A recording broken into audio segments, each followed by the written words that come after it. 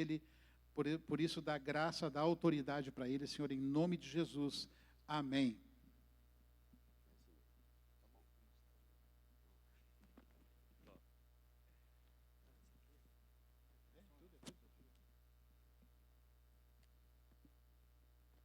O Roberto estava criticando o meu livrinho aqui, meu caderno.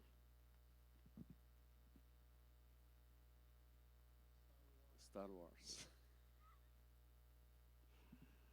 Ai, Roberto. Bom dia, quem eu não falei bom dia, Deus abençoe a vida de cada um. Eu queria falar um assunto legal, importante, hoje, para a nossa vida. Eu quero te convidar e quero ver se tu aceita a gente conversar sobre dinheiro, sobre finanças. Estamos a fim de conversar sobre isso? Bora? Bora? Então tá.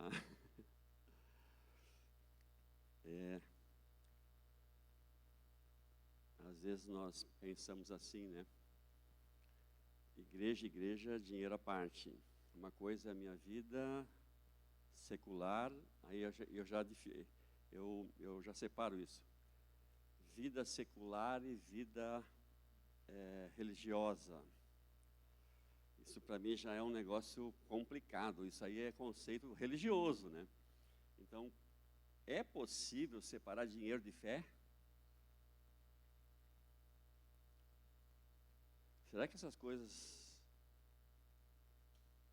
uma exclui a outra? Em muitos casos, sim. Mas será que a gente pode fazer isso? Fé é uma coisa, dinheiro é outra, trabalho é uma coisa, lá é a minha atividade profissional. Como é que é isso no reino de Deus? Como é que funciona isso? Eu queria tentar falar rapidamente, não passar do horário, sobre esse assunto tão importante para a nossa vida, que periodicamente nós temos que falar e refletir, porque é claro que eu não vou pedir para ninguém levantar a mão agora, nesse momento, mas quem é que não tem problema financeiro? Quem é que às vezes não arrasta um problema financeiro por muito tempo? Né? Todos nós temos dificuldades na vida. E às vezes essa dificuldade que nós temos é muito mais uma consciência do que é o dinheiro para Deus e para mim, do que de fato é eu ter ou não ter dinheiro. Porque ter dinheiro não significa prosperidade, e não ter dinheiro não significa que está sob juízo de Deus. São coisas distintas. Então, às vezes, nós enfrentamos isso. E por que, às vezes? Às vezes é por causa do conceito que nós temos. E eu quero falar rapidamente não vou sempre que fala rapidamente é mentira, não fala. Eu quero falar sobre o assunto e tentar, dentro do tempo que a gente tem, conversar sobre finanças e o reino de Deus. E eu quero te convidar, para nós iniciarmos, 1 Crônicas, capítulo 29.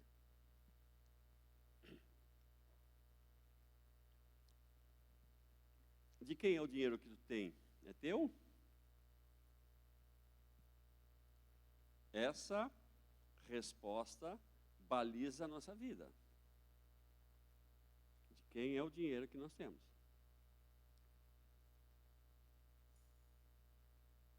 Então vamos lá. 1 Crônicas 29, rapidamente eu vou fazer uma introdução, um contexto disso. Aqui, quem já leu essa passagem, quem já leu 1 Crônicas, vai relembrar, e quem não leu, é importante ler a história de Israel, a história dos reis, o início do reinado de Israel com o rei Davi, depois a passagem para Salomão, Saul, né, as lutas, as guerras que tiveram nesse início do reinado de Israel. E nessa finalização do reinado de Israel, Deus deu a Davi um projeto. Mostrou para ele um projeto do templo, da construção do templo. Até então, a nação de Israel vivia em adoração, mas num tabernáculo. Então, o tabernáculo estava num lugar e as pessoas adoravam nesse tabernáculo. E aí agora Deus dá para Davi um projeto. E quando Deus mostra para Davi esse projeto, ele mostra o projeto na sua totalidade, na sua minúcia. Tudo, detalhe por detalhe, Davi viu. E não só viu os detalhes, mas como fazer tudo aquilo. Só que Deus disse para ele que ele não ia construir. Porque ele era um homem sanguinário, ele era um homem de sangue, de muitas lutas, muitas guerras. E o seu filho, Salomão, que ia construir esse templo. Bom, para construir o templo, era um templo, imagina, a habitação de Deus. Então, tinha um projeto, uma planta baixa de tudo, detalhado, tridimensional, tabernáculo, o candelabro, tudo, as paredes, como seriam revestidas as paredes, que desenho ia ter nas paredes, como ia ser esse desenho, isso aí estava detalhado. Como seriam os enfeites dessas coisas. Então, Davi reuniu muito ouro,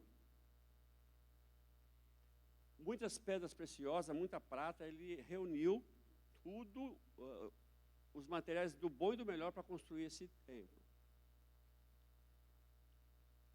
E aqui é o episódio onde é o final da vida dele, onde ele fala sobre isso, onde ele chama o povo à construção. E ele lê, e ele faz uma oração. E nós vamos ler uma parte dessa oração, que é do versículo 10 ao 14, nós vamos ler. 10 diz assim: Então Davi bendisse ao Senhor na presença de toda a comunidade. Ó Senhor, Deus de nosso pai Israel, bendito és tu de eternidade a eternidade. Ó Senhor, tua é a grandeza, o poder, a glória, a vitória e a majestade, porque tudo quanto há no céu e na terra é teu. Ó Senhor, o reino é teu, e tu te exaltastes como chefe sobre todos. Tanto riquezas como honra vem de ti. Tu dominas sobre tudo, e há força e poder na tua mão. Na tua mão está a exaltação e o fortalecimento. Agora te damos graças e te louvamos. E louvamos o teu glorioso nome, ó nosso Deus. Mas quem sou eu? E quem é o meu povo para que pudéssemos fazer ofertas tão voluntariamente? Porque tudo vem de ti e damos a ti o que é teu. Ponto. Damos a ti o que é teu. De quem é o dinheiro? Sabe, aqui é uma coisa muito importante, porque Davi, ele já tinha reunido tudo o que precisava para o templo. E em alguns versículos anteriores, ele fala assim: eu dei dos meus próprios bens pessoais a construção. Além daquilo que a comunidade ofertou, ele, pessoalmente, o rei de Israel, deu contribuição, oferta para aquilo. E eu nem consigo pensar muito bem o tamanho disso. Pensando, lendo essa semana, Davi diz que deu 3.000 talentos de ouro, de Ofir, e 7.000 talentos de prata. Sabe o que significa isso? 102 toneladas de ouro e 238 toneladas de prata. Do seu tesouro pessoal. É muita coisa.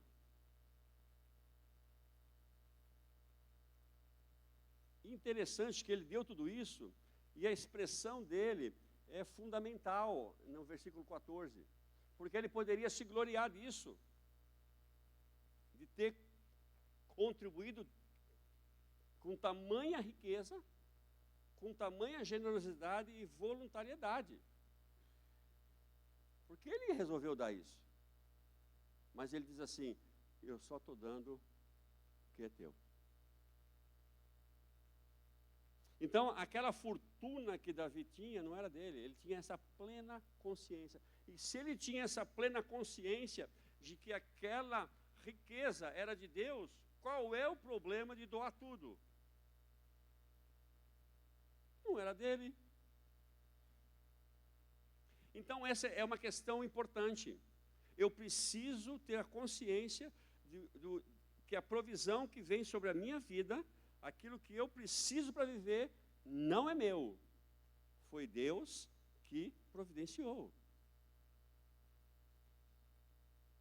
Então, a consciência de que tudo que eu tenho é de Deus, tem que mudar as minhas ações com relação ao dinheiro.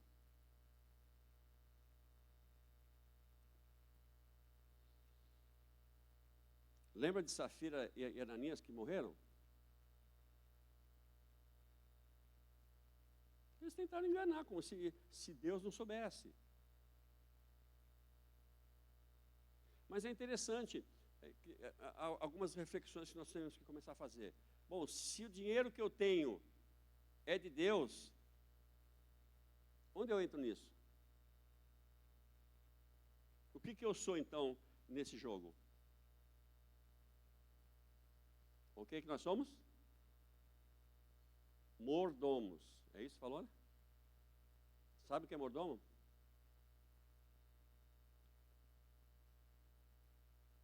Lá em Lucas 16 tem esse conceito, eu não vou ler, mas vocês podem anotar, Lucas 16. É uma parábola onde está falando de mordomos infiéis na administração de bens. E eles são descobertos e são chamados a prestar conta. E são destituídos, destituído dessa mordomia, porque estava fazendo coisa errada. Ali tem um conceito importante que serve para nós. Alguns, mas vamos falar só de dois. Primeiro, nessa equação, Deus tem o dinheiro. A minha parte nessa história é administrar o que Deus me deu. Eu sou o mordomo. Então, o que é o mordomo? É aquele profissional que está dentro de uma casa, que ele administra tudo naquela casa, mas dele não é nada. E ele tem um quartinho lá no fundo, e o quartinho dele às vezes é o piorzinho, e tudo bem, porque ele está lá para servir, para administrar bens que não são seus. Esse é o mordomo. Então, nós, como mordomos, como administradores, como gestores do dinheiro de Deus, tem um outro princípio ali em Lucas 16. Nós somos chamados a prestar conta. Simples assim. Se Deus colocou na minha mão recursos, e eu tenho que administrar esses recursos, se Deus te chamasse agora para prestar conta, faria bom ou mal? Tu está administrando os recursos que Deus te deu de uma forma que glorifique o nome dele? Nós temos que pensar nisso. Se nós somos administradores, não é nosso dinheiro. Se não é nosso, nós não podemos fazer o que o patrão, o dono do dinheiro, nos pede. Nós não podemos deixar de fazer. E não podemos esbanjar o dinheiro, que não é nosso, que é dele. Amém? Então, essa consciência de quem é o dinheiro e o que eu sou nessa equação é fundamental para a nossa vida. Tem que refletir esse conceito, tem que refletir isso na minha vida, em todas as áreas. Não é para falar de dízimos e ofertas, embora nós vamos falar. Mas não é para falar sobre isso, é para falar sobre tudo. Primeiro ponto. Se Deus é o dono do dinheiro, e nós devolvemos para Ele o que é dele, mas Ele nos dá esse dinheiro, como é que esse dinheiro chega na minha mão? como é que Deus, qual é o instrumento que Deus utiliza para o dinheiro chegar na minha vida? Qual é? Qual é? Mais alto. O trabalho.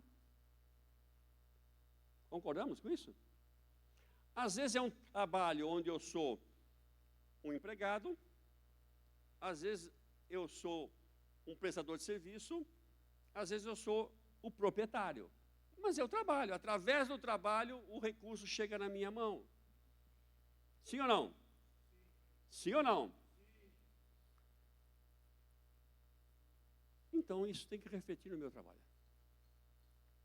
Como é que tu é no teu trabalho?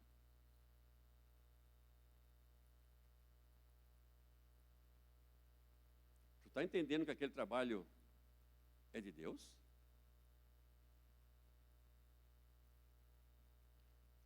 É de Deus aquele trabalho? Bom, então significa que o meu chefe é de Deus?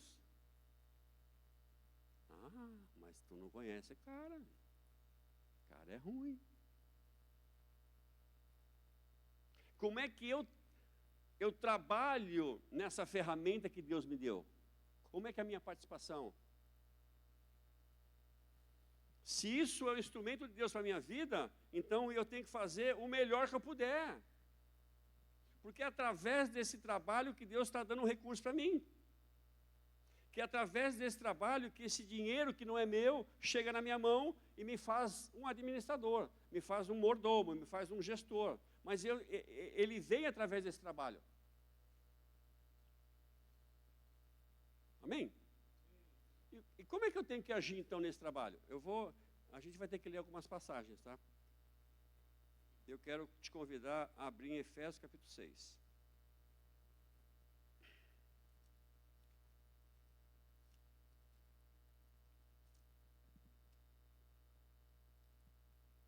Efésios capítulo 6, versículo 5.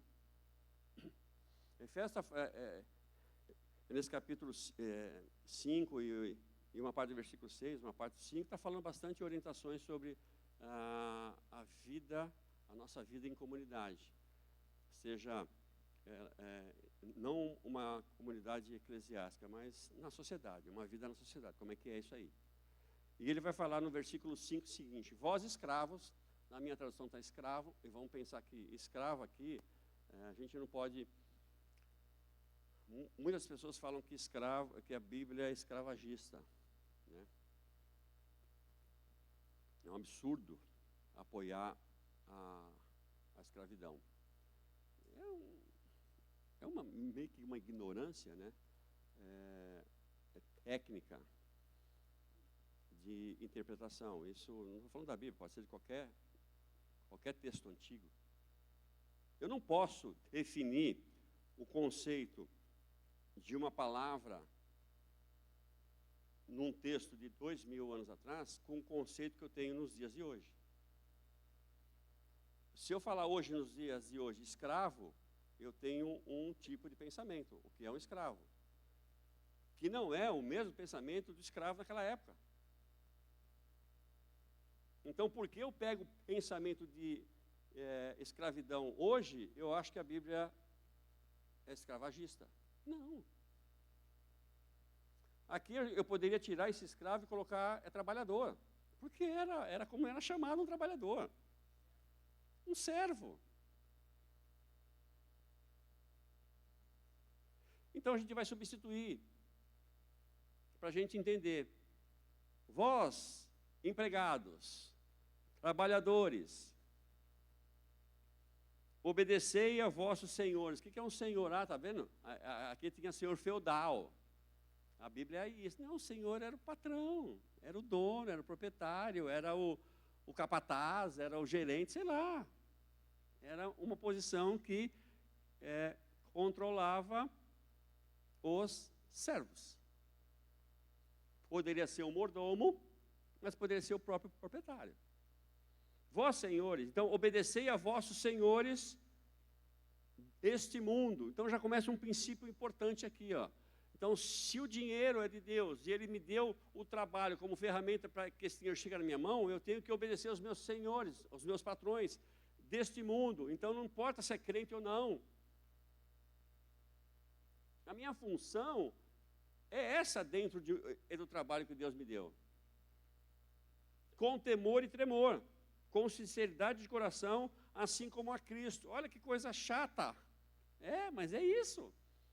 Pensa aí no teu chefe, quem trabalha aí, pensa aí no teu chefe. Pensou nele? No teu encarregado? Pensou? Olha para ele assim agora, mentalmente, e diz assim na sua mente: ele é Cristo na minha vida. É fácil isso aí? Dá para entender? Dá para aceitar? Não dá, é difícil o negócio, é bravo. Mas é como eu tenho que agir. Então, por que eu obedeço? E obedeço aqui não é opressão, a gente vai falar um pouquinho sobre isso. Mas é obedecer, eu tenho tarefas a serem cumpridas, eu tenho uma responsabilidade, então eu tenho que obedecer, cumprir aquilo que me é delegado, com temor e tremor. Por quê? Porque eu estou fazendo como se fosse para Deus. Por que Paulo está dizendo isso? Que é como se o meu patrão fosse Cristo, porque o dinheiro é dele. Então, o trabalho é um veículo para o dinheiro chegar na minha mão. Então, eu tenho que obedecer. Versículo 6, não servindo só quando observados. Opa! O cara está fazendo uma enrolação no trabalho. Está fazendo nada. O encarregado entra. O supervisor entra na sala. O gestor entra na sala. O gerente entra na sala. O proprietário entra na sala. Aí começa a fazer como se estivesse trabalhando.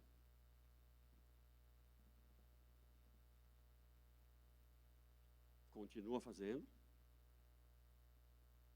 Fazendo para ser visto por homens. Então, quando eu estou no meu trabalho, enrolando, o patrão está vendo? Sim ou não? O patrão está vendo. O encarregado não, o gestor não, o supervisor não, mas o nosso patrão, o dono do ouro da prata que é Deus, está vendo.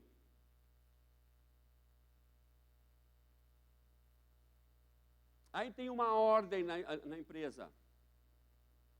Ó, celular durante o expediente, não.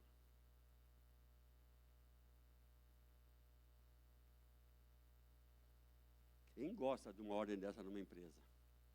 Hã?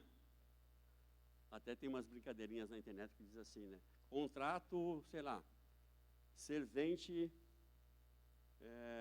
de pedreiro.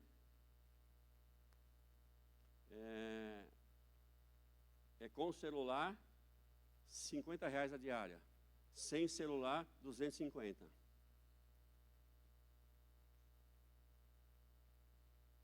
Aí não pode o celular. Aí na sala não tem ninguém. No ambiente que eu estou não tem ninguém, eu estou lá. Mas não pode, tá? O supervisor está vendo? O gerente está vendo? E o patrão? O patrão está. Por que eu estou... O que eu estou fazendo assim? Eu estou roubando tempo. Eu estou deixando de fazer as minhas atividades, eu estou deixando de obedecer às minhas responsabilidades, porque eu estou burlando uma lei, porque eu acho que o patrão não vê. Eu acho que o patrão só vê na igreja. No meu trabalho, não. Fazendo isto, não para agradar a homens, mas como servos de Cristo, fazendo de coração a vontade de Deus. A pessoa vem assim e fala assim, ó, estava desempregado, 10h58, e Deus me deu emprego. Que legal, Deus te deu emprego, puxa vida, olha, é de Deus o negócio. 6 meses depois, pastor, eu vou embora desse trabalho. Por quê que vai embora? Tem um filho do diabo lá que me persegue. Está se levantando lá. Não dá mais, cara. Não tem como. Está ruim o negócio lá. Vou ter que ir embora. Mas não era de Deus? Não, mas o cara está me perseguindo. Então entenda, se era de Deus e ele está te perseguindo, Deus também está usando essa pessoa do mal para lapidar o teu caráter. E tu não se submete, tu não tem paciência, tu não tem resiliência, tu é molenga. Então talvez Deus esteja usando também, além de te dar recursos para tu comer, para lapidar o teu caráter. Sabe, antigamente, graças a Deus que a lei trabalhista mudou e eu não vou falar sobre leis trabalhistas, eu só quero falar alguma coisa assim específica. Tinha alguns, antes da pandemia, que mudou, durante a pandemia isso, acho que um pouquinho antes, tinha pessoas que tinham uma profissão inusitada, muito interessante. Qual é a tua profissão? Seguro-desemprego. Porque antes, se tu ficasse 6 meses desempregado, e se fosse demitido, tu pegava 4 meses, de 3 a 4 meses, normalmente era 3 meses, 3 meses, 6 meses, só 3 meses de seguro-desemprego. O que era o seguro-desemprego? É a média dos teus 3 últimos salários, num limite lá que tem um limite, não pode exceder também. Então a pessoa trabalhava 6 meses, era mandada embora e ficava 3 meses em casa, ganhando seguro-desemprego. Só que para ser mandada embora em 6 meses, ela teve que fazer alguma coisa para ser mandada embora.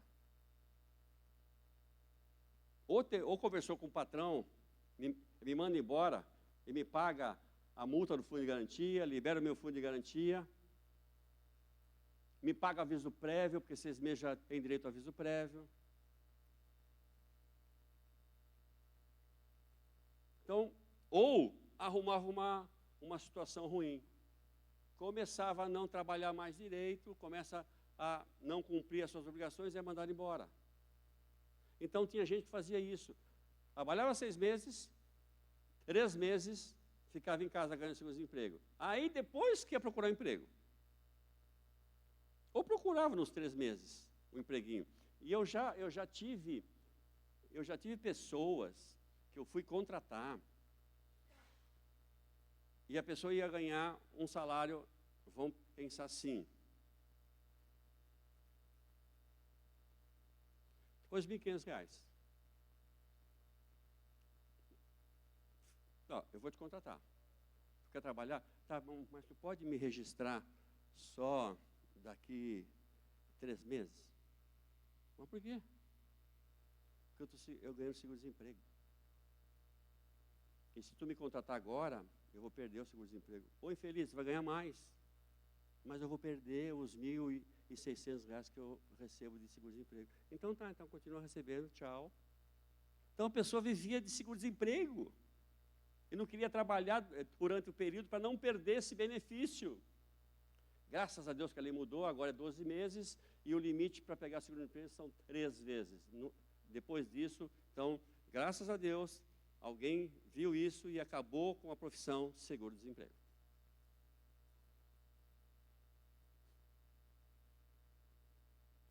Como é que eu estou agindo no meu trabalho? Eu estou trabalhando entendendo que esse trabalho é ferramenta de Deus para a minha vida? Faça o melhor. Faça o melhor.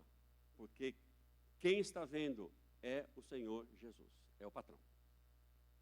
Amém?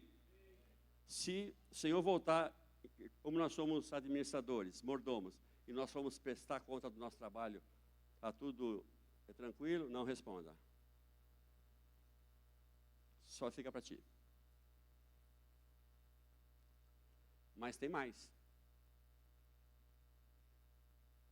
Versículo 9. Ah, não, assim, ó, sabendo, 8, sabendo que cada um seja escravo, seja livre, receberá do Senhor ou do bem que fizer. Cara, não tem acepção de pessoas. Se tu trabalhar mal, tu vai ter consequência. Se tu trabalhar bem, tu pode ter benefício. Pode. Não é obrigação. Porque fazer a coisa certa não é mérito. Fazer a coisa certa é obrigação. Bah, mas eu trabalho aqui, ó, há 5 anos. Paulo, 5 anos eu trabalho. Chego todo dia no horário. Cumpro o meu horário de almoço direitinho. Faço todas as minhas obrigações. O Paulo é meu patrão. Meu patrão não, é meu gerente. Né? Paulo, faço todas as minhas obrigações, não falto, não coloco atestado. Ah, tem esse outro negócio que eu preciso falar, que hoje em dia existe, né? Tem gente que tem uma subprofissão, colocar atestado. Eu fico enlouquecido, porque vão nos médicos e o médico pergunta, quantos dias tu quer? Como assim, quantos dias eu quero? Eu não quero nada. Isso eu estou falando para mim. Então tem pessoas que levantaram com uma gripe e já bota 3, 4 dias de atestado. Então tem gente que o subtrabalho dela é botar atestado. Mas o Paulo, eu nem boto atestado, Paulo. Eu estou há 5 anos com ele e ele nunca me deu uma promoção, Paulo. E daí? Qual o mérito de fazer certo? Tu não foi contratado para fazer certo? Então faça certo. Tu foi contratado com horário? Cumpra o horário. Tu precisa ficar colocando atestado ou tu está enganando? Aí é uma resposta que tu tem que ter. Então fazer o certo, Tiago fala isso, né? Mas ele fala num outro âmbito, mas a gente pode tomar esse princípio para nós. Se nós fizermos tudo o que nos foi pedido, o que é que nós somos? Servos inúteis, porque fizemos somente o que foi pedido. Então, muitos de nós somos candidatos a servo inútil, mas nem servo inútil nós somos. Porque a gente não faz tudo que é preciso. Então, eu tenho que fazer certo. Simples assim. Então, não há acepção de pessoas. Deus vai olhar tanto para um para o outro. E agora aqui está falando de senhores, de patrão, de gerente. Versículo 9. E vós, senhores, fazei o mesmo com eles, deixando de ameaçá-los, sabendo que o Senhor, que é Senhor tanto deles como vosso, está no céu e não faz diferença entre pessoas. Então, eu preciso entender, se eu sou um gestor, se eu sou um supervisor, se eu sou um gerente, e esse trabalho é de Deus para a minha vida, as pessoas que eu coordeno, elas contribuem para o meu salário também. Então, elas também são instrumentos de Deus para chegar recursos nas minhas mãos. Como é que eu tenho que tratá-las? A mesma coisa, como se eu estivesse fazendo para Deus. Sem oprimir, sem pressão, sem ignorância. Mas a gente sabe disso, que tem muitos gestores que são ignorantes, que é pressão, vou te mandar embora, assim não dá, não aguento mais. Pressão, pressão, pressão, pressão, pressão, não deve ser assim. Porque quem trabalha, eu não sei vocês, né? Alguém aqui, todo mundo gosta de fazer um hobby, né? Alguma coisa, fazer uma coisa na vida. Quem tem um hobby de trabalho? Levanta a mão. Hobby de trabalho. 1, 2 pessoas têm hobby de trabalho. Olha, outra aqui, ó, 3. O teu hobby é trabalhar.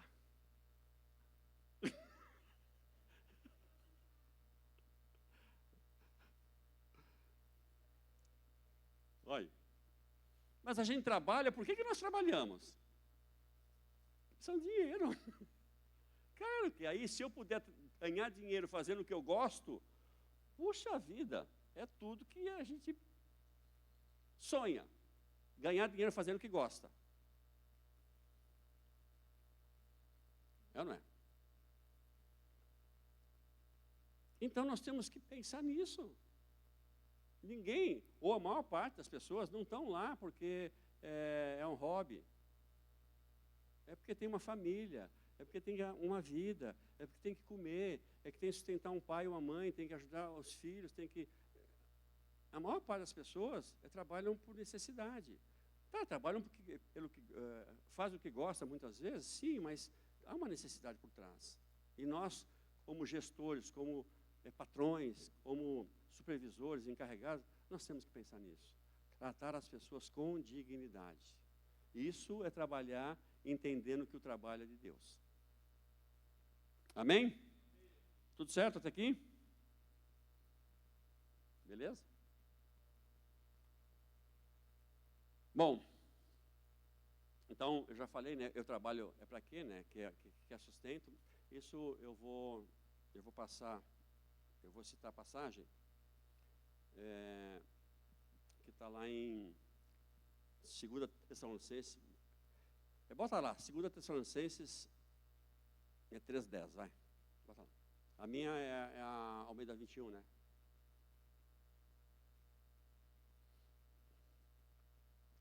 Quem quiser abrir, pode abrir.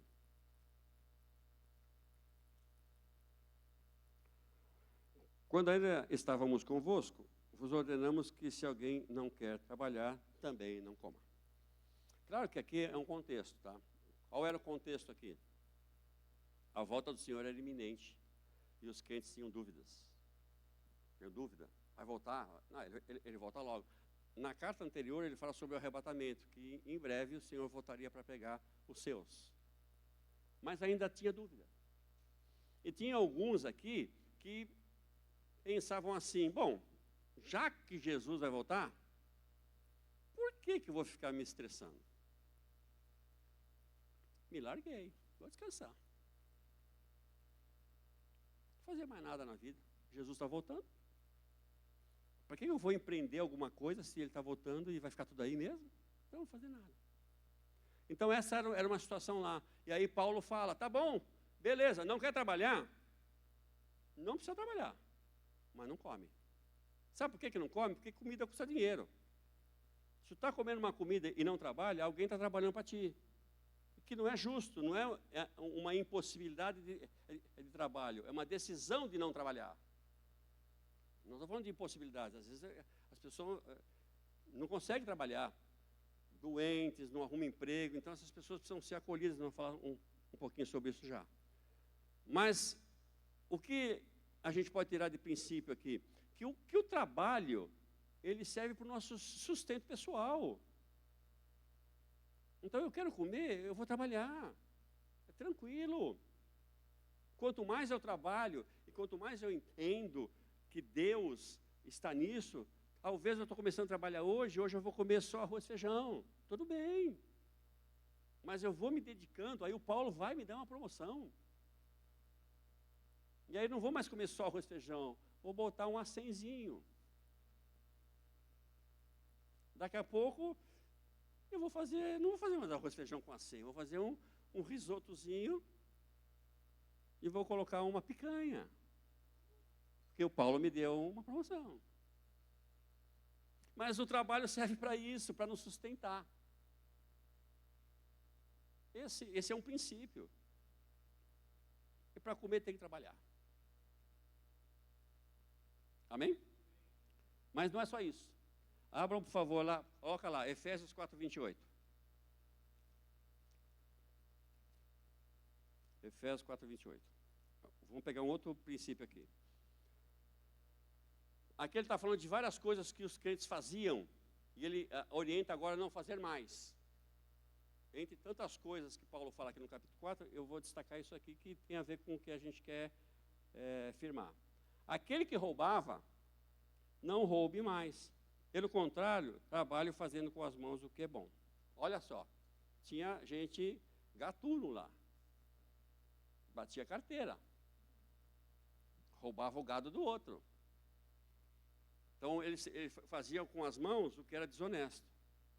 Certo? É o que está dizendo o texto aqui. E ele fala assim, agora não faz mais isso. Então, agora faz com as mãos o que é certo. Vai trabalhar, vagabundo. É o que Paulo está dizendo. Mas ele fala de uma coisa que é muito importante aqui, ó, no final do versículo 28. Fazendo o que é bom, para que tenha o que repartir com quem está passando necessidade. Opa! Então o trabalho não serve só para minhas necessidades. O trabalho, Deus me deu condições de olhar para o irmão com necessidade e ajudar ele também. Não é o irmão que decidiu não trabalhar, é o irmão que não consegue trabalho. O irmão está precisando de um medicamento e não tem dinheiro. Não consegue. Então, o nosso dinheiro que Deus proveu para a minha vida, ele cabe dentro dele ajudar o necessitado. Cabe. E a gente não faz isso muitas vezes. E temos condições. Às vezes nós não temos. Eu não estou dizendo que nós vamos pegar o nosso salário, nossa remuneração, nosso ganho e distribuir e ficar assim. Não é isso. É uma questão de consciência. Eu posso ajudar essa necessidade do César? Será que eu posso? Ah, eu posso. Então eu vou ajudar. Não, eu não posso. Esse mês eu não posso. Eu também tive uma necessidade e não vou conseguir.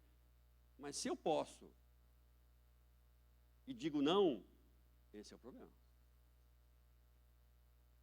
Então cabe dentro da tua remuneração, da nossa remuneração, olhar para o necessitado. Amém? Então para que serve o trabalho? Para nosso sustento. E quando eu falo nosso sustento, eu não vou expandir isso, mas o nosso sustento eu estou falando para a nossa casa. Tá? Então o dinheiro que Deus me proporciona, ou proporciona para a minha família, porque posso ter a minha esposa trabalhando, um filho trabalhando, esse recurso que Deus nos dá, é para a gente fazer uma boa administração, uma boa gestão disso. Porque o dinheiro é de quem? De Deus. E Ele colocou nas minhas mãos para que eu faça uma boa administração. Como nós temos tempo, eu vou falar um testemunho rapidinho aqui, meu, pessoal. Alguns anos atrás eu trabalhava em empresas multinacionais, empresas nacionais. Eu trabalhava com contabilidade, trabalhei um pouco, mas eu trabalhava, depois de uns anos, eu trabalhei muito com implantação de sistemas de gestão empresarial. Então, eu implantei os maiores players de sistema de gestão empresarial, eu trabalhei com eles. SAP, Microsiga, Business One, Logix, trabalhei com esse negócio. E eu era gestor. Então eu ganhava bem pra caramba. Tinha um bom salário. Aí, no ano de 2008, Deus me disse assim, ó, para com tudo, isso é uma coisa pessoal minha, tá? Não serve de regra para ninguém, é para mim. Porque Deus falou comigo e é pessoal. Sai desse trabalho e agora tu vai trabalhar somente na igreja. Eu ganhava bem. Então, eu saí desse trabalho e vim para a igreja. Vai ganhar quanto?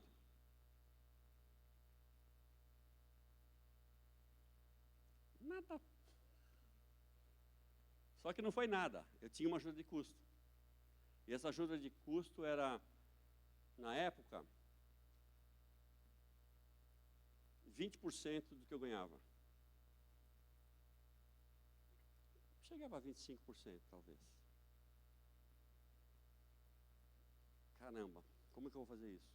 Mas, fazendo um review disso, eu ganhava muito bem, tinha uma boa posição, mas eu maltratava a minha família. Sabe como que eu maltratava a minha família? Esbanjando. E às vezes a gente pensa que isso, que comprando tudo, fazendo tudo, está ajudando. Eu estava desgraçando a minha família. Eu tinha carro, a Inês tinha carro, e teve uma época que eu tive que vender o meu carro para pagar cartão de crédito. Já pensaram nisso? Vender um carro para pagar uma fatura. Isso foi com outro carro. Aí depois eu financiava o carro, eu comprava outro carro financiado, aí era mais dívida. E nunca se resolvia a parada. E eu ganhava bem. Eu lembro que eu comprei um imóvel, era um condomínio, e eu atrasei muitas mensalidades, muitas, e eu ia perder o imóvel.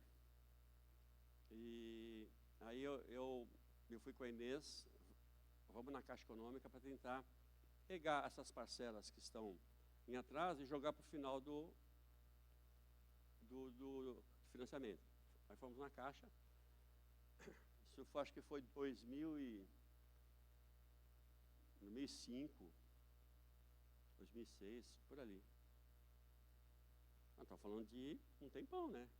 Que 19 anos, mais ou menos. Ou até mais um pouquinho, não sei. E nós fomos na Caixa. Conversamos lá e falei, não dá, não pode. Esse tipo de financiamento que tu fez não é tabela price, não é saque, é um tipo de financiamento que é como se fosse um aluguel. Então, se tu não pagar, em 3 meses, e eu já estava mais que 3 meses, o teu imóvel é requerido e tu não tem mais nada, tu não vai ser protestado, porque simplesmente não vai pagar mais, então acabou. O imóvel, tu não tem mais e não precisa pagar mais. Eu falei, não é possível. Mas tem que pagar o que está atrasado, né? Claro. Não queria perder o imóvel. E eu lembro que eu saí assim, a gente andando na rua da praia, e eu falei 3 vezes assim, Senhor, eu preciso de 10 mil reais. Pensa, há 19 anos atrás, 10 mil reais, hoje já é um dinheirinho bom, né? Na época era um dinheirinho bom também, é bem bom. E eu falei 3 vezes, Senhor, eu preciso de 10 mil reais, preciso de 10 mil reais, preciso de 10 mil reais. Mas eu fui falando isso não porque é um mantra, tá? Porque tem que falar 3 vezes para Deus. Não, eu estava angustiado, eu ia perder o imóvel. E a gente foi andando na Rua da Praia, e eu trabalhava numa empresa nacional, mas que tinha sido comprada por um grupo israelense. Então, o meu patrão era um israelita. Nadava de mão fechada. E eu trabalhava para implantar, na época, eu implantava nessa empresa um sistema chamado Elogix. E eu ganhava para isso. Eu tinha um bom salário para fazer isso. Mas era demorado, a implantação do sistema, imagina, automatizar toda uma empresa, desde a parte produtiva até a parte de RH. Era uma doideira, então demorava. Aí eu já estava mal, eu fui aquela segunda-feira na Caixa, não estava legal, aí ele me chama, Vosqueles, quero falar contigo. Vem na minha sala. Eu falei, só essa aqui faltava agora, né? Tá, eu fui lá. E ele falou assim para mim, olha só, se tu conseguir concluir o sistema que tu está implantando em 30 dias, isso foi 2 dias depois do episódio da Caixa. Se tu conseguir implantar o sistema em 30 dias, eu vou te dar um bônus de 10 mil reais. Cara, eu não sabia se eu chorava, se eu dava risada, porque não era ele que estava, era aquilo que eu tinha pedido. E eu consegui implantar, terminar. E eu recebi os 10 mil reais. O que aconteceu com isso? Resolveu minha vida? Não. Foi a mesma coisa que vender os carros. Porque o conceito de viver para Deus, de viver com o dinheiro que Deus dá e fazer uma boa administração não estava na minha casa, não estava na minha vida. Então, não é questão de ter muito ou ter pouco. Hoje, se eu estivesse trabalhando secularmente, eu estaria assim, a minha ajuda de custo hoje seria os mesmos 20% que eu ganharia fora, 25% que eu ganharia fora. É a mesma coisa. Mas eu nunca vivi tão bem com 25% do que eu ganhava. É simples assim. A minha vida melhorou. Mas por que melhorou? Porque Deus me deu mais dinheiro? Não me deu. Eu mudei a minha forma de pensar com relação ao dinheiro. Então, é isso que baliza a nossa vida. Como é que eu estou agindo com o dinheiro? De quem é o dinheiro?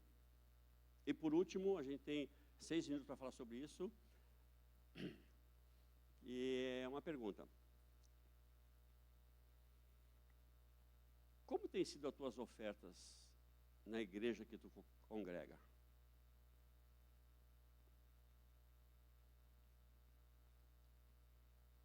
Ah, pastor, não tá sabendo direito. Tá mal aí. Você precisa pedir uma revelação de Deus. Porque eu estou passando uma situação difícil. Não estou conseguindo nem pagar a conta de luz. E tu está me falando em oferta? Não dá esse mês, não dá. O mês passado também não deu. O mês retrasado quase que deu.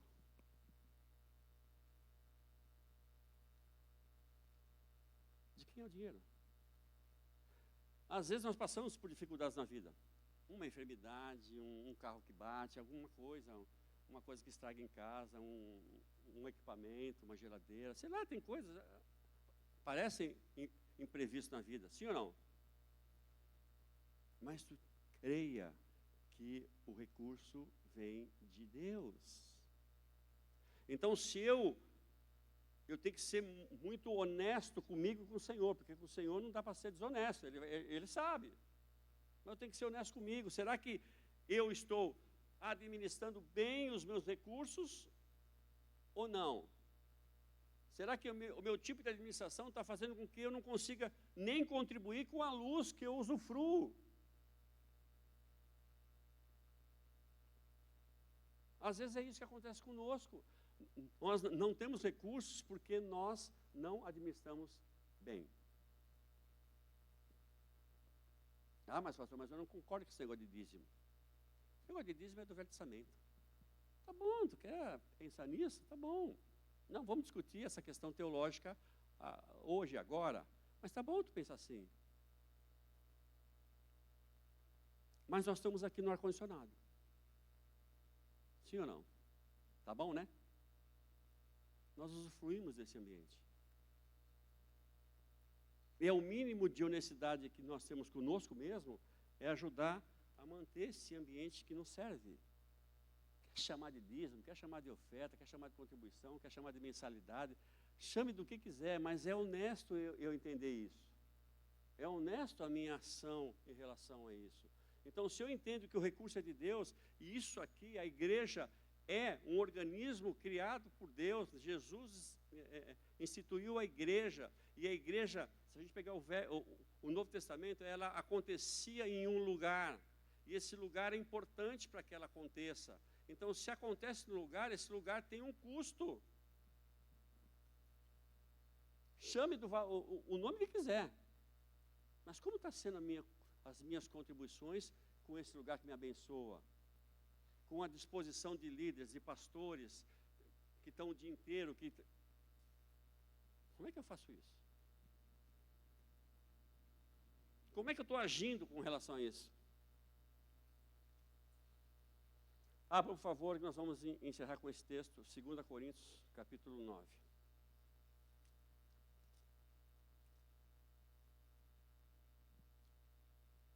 Vou ler só alguns versículos, que o tempo já esgoelou.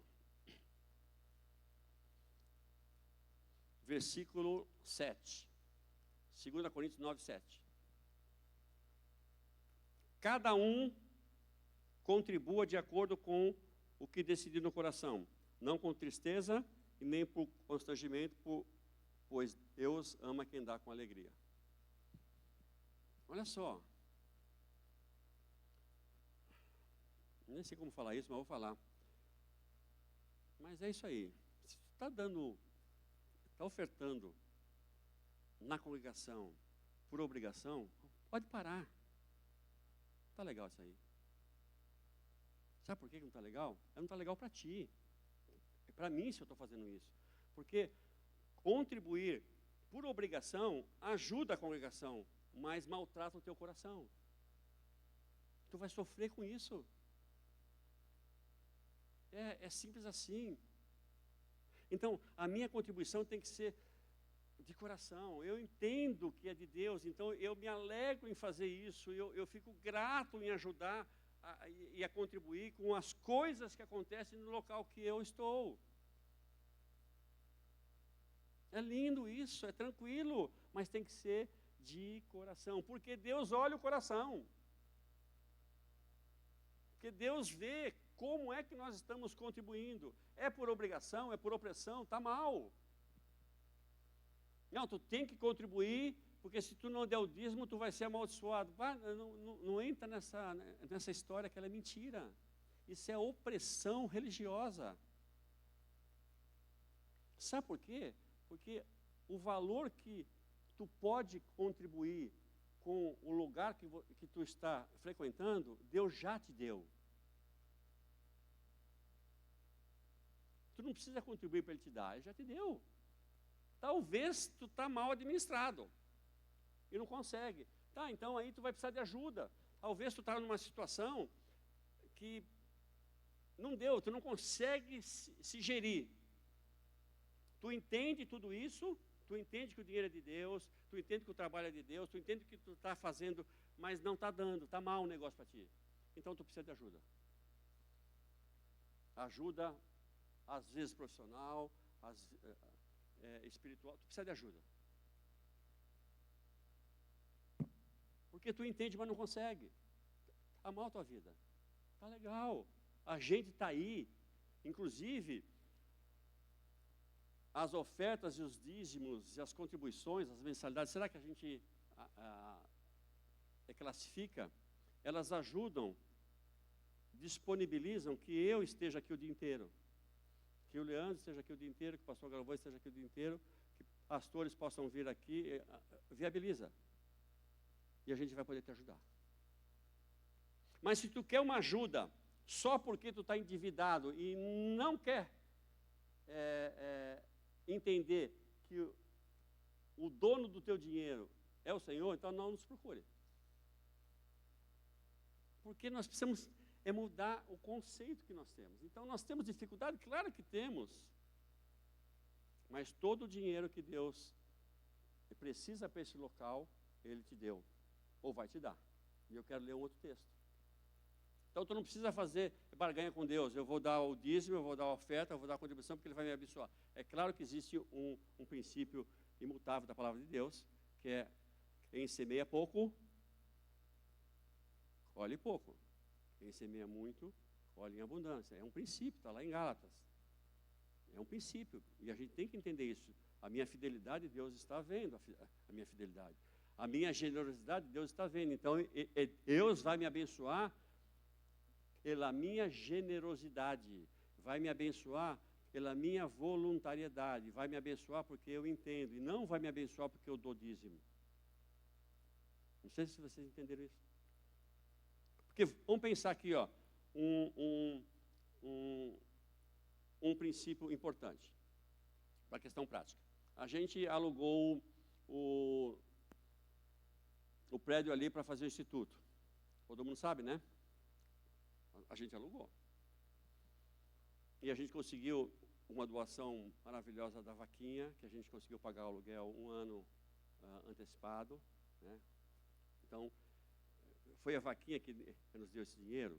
Foi algum esforço, somente esforço nosso para conseguir? Não. Por trás disso tinha Deus. Certo. Mas imagina, vamos viajar, vamos sonhar? Vamos comprar o prédio. Nós entendemos que é de Deus a compra do prédio. Nós não queremos mais pagar aluguel, nós temos que comprar. Tá bom, vamos comprar. Então, quanto custa o prédio? 4,5 milhões. É isso, Roberto? No seguro deu isso? 3 milhões, tá bom. Aí ficou barbada.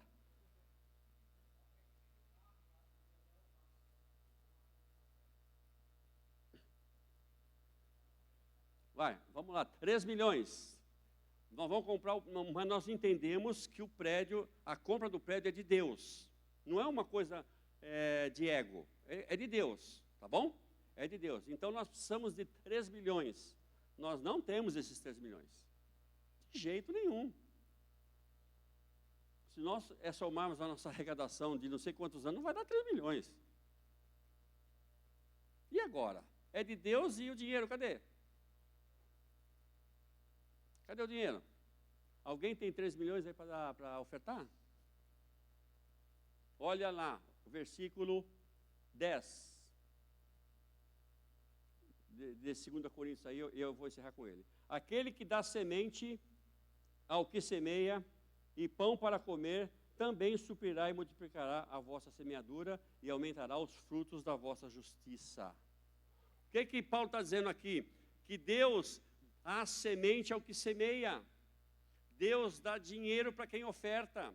Então, se Deus está vendo o meu coração, a minha voluntariedade, e eu semeio, eu sou generoso, sou voluntarioso, então é fato que se eu tiver mais recursos, mais eu vou doar. Se eu tiver mais condições, mais eu vou ajudar. Então, Deus dá semente ao que semeia.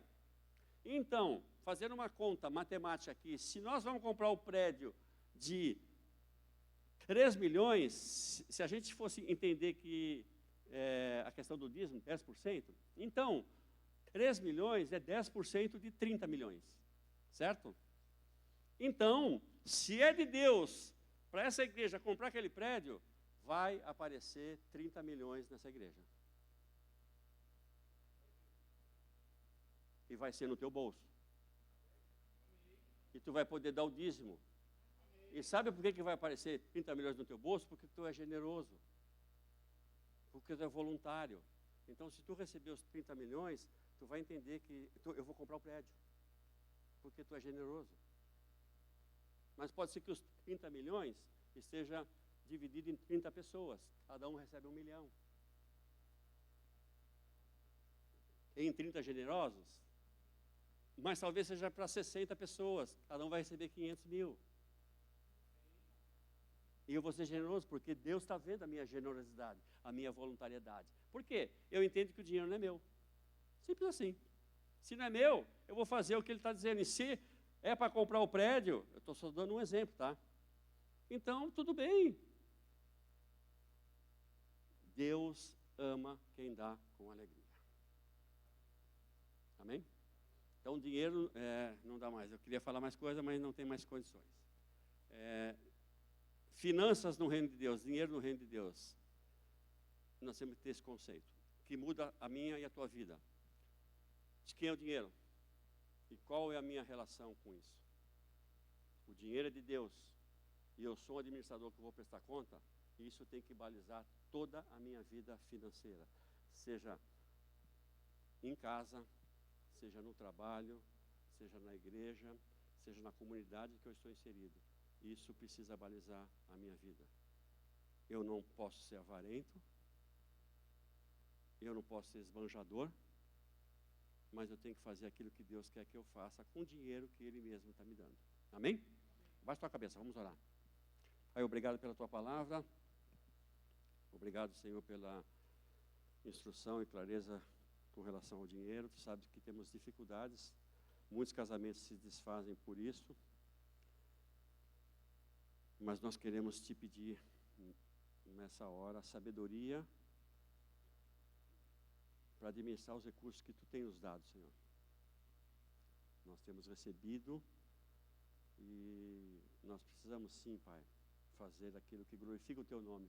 Por isso, tem misericórdia da vida de cada um de nós, naquilo que nós fazemos desnecessariamente, aquilo que nós fazemos e não está de acordo com a tua vontade. Nos ajuda, Senhor, a organizarmos a nossa vida financeira, para que o teu nome seja glorificado com isso, Senhor. Dentro da nossa casa, no nosso trabalho, dentro da comunidade que nós vivemos. Pai, nós queremos sim fazer tudo para glorificar o teu nome. Por isso, nos dê sabedoria, nos ajude e que teu Espírito Santo esteja nos movimentando com a consciência de que o dinheiro é teu, tudo é teu e nós só fazemos devolver aquilo que tu tem nos dado, Pai. Muito obrigado pela tua palavra. Oramos em nome de Jesus. Amém. Amém.